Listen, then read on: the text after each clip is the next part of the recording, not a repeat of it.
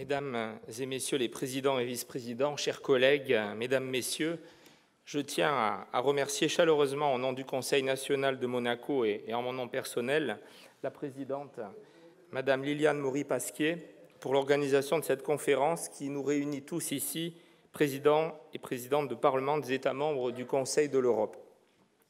Le thème aujourd'hui est ambitieux, se pencher sur les 70 ans passés dans cette maison commune et se projeter dans les 70 ans qui viennent.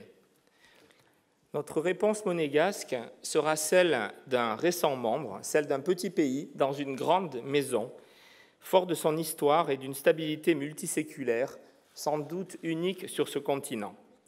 C'est en effet il y a aujourd'hui un peu plus de 20 ans, sous le règne du prince Régnier III, que la principauté de Monaco déposait sa demande d'adhésion au Conseil de l'Europe. 6 ans plus tard, en 2004, Monaco devenait le 46e État membre de cette organisation au service de la paix, des droits de l'homme et de la démocratie.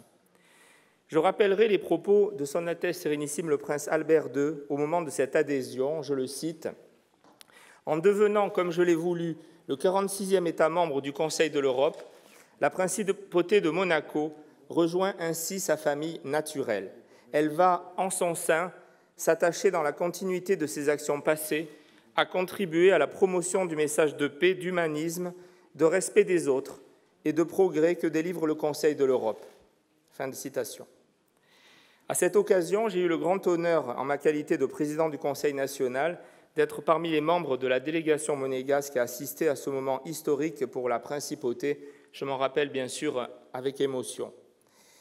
Depuis cette date, la coopération entre Monaco et le Conseil de l'Europe n'a cessé de croître, et c'est dans la défense de valeurs communes et à travers un dialogue intereuropéen que Monaco a poursuivi le renforcement de ses liens, avec notamment la signature et la ratification de pas moins de 53 conventions.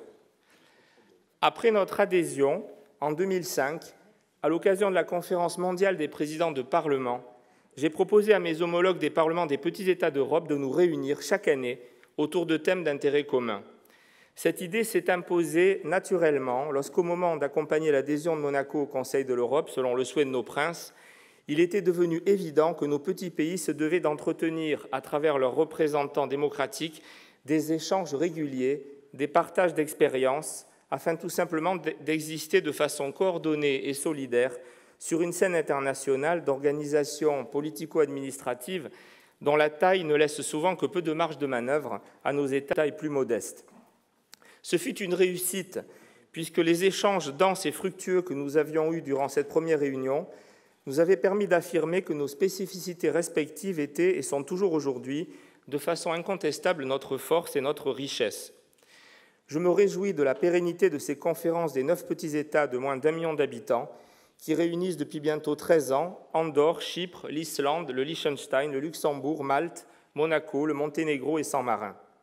Elles nous permettent à nous tous de parler d'une même voix sur certains sujets au sein de différentes instances européennes et internationales. Ainsi, cette action partagée participe activement à la construction de notre maison commune. Les petits États sont un élément essentiel de la diversité au sein de la communauté internationale. Les activités du Conseil de l'Europe présentent une importante dimension géopolitique. Y contribuent tout à la fois les ambassadeurs siégeant au comité des ministres, dont les échanges sont permanents, et l'Assemblée parlementaire, par l'intermédiaire de la diplomatie parlementaire et par les discussions que les parlementaires ont informellement entre eux. Les parlementaires ne cessent en fait jamais de se parler, poursuivant les conversations là où parfois la diplomatie s'arrête, et ces liens sont très précieux pour la démocratie et les droits de l'homme.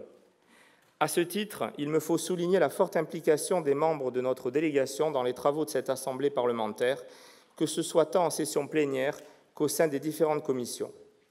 En outre, je rappellerai que la principauté de Monaco, forte de plus de 7 siècles d'histoire, a affirmé sa place dans le concert des nations. Les relations internationales de Monaco se sont depuis toujours développées sous l'impulsion de ses princes. Dans le concert des nations, Monaco fait entendre la voix d'un État dont l'influence n'est pas proportionnelle à sa dimension, mais reflète la constance de ses valeurs et son souci de respecter un principe de neutralité active dans les domaines de la paix, des droits de l'homme, en particulier des femmes et des enfants, du développement durable et de la préservation de l'environnement. Je conclurai mes propos en vous renouvelant la volonté du Conseil national de poursuivre ces échanges précieux pour nos assemblées, en construisant l'avenir par le développement de notre sentiment d'appartenance à un socle commun fondé sur nos valeurs démocratiques et nos savoir-faire. Nul ne peut se revendiquer détenteur de la vérité absolue. La richesse des débats, qui naturellement permettent en démocratie l'expression de positions contradictoires, doit s'entendre dans les seuls objectifs partagés par tous, l'intérêt général du pays et le bien-être de nos concitoyens. Je vous remercie.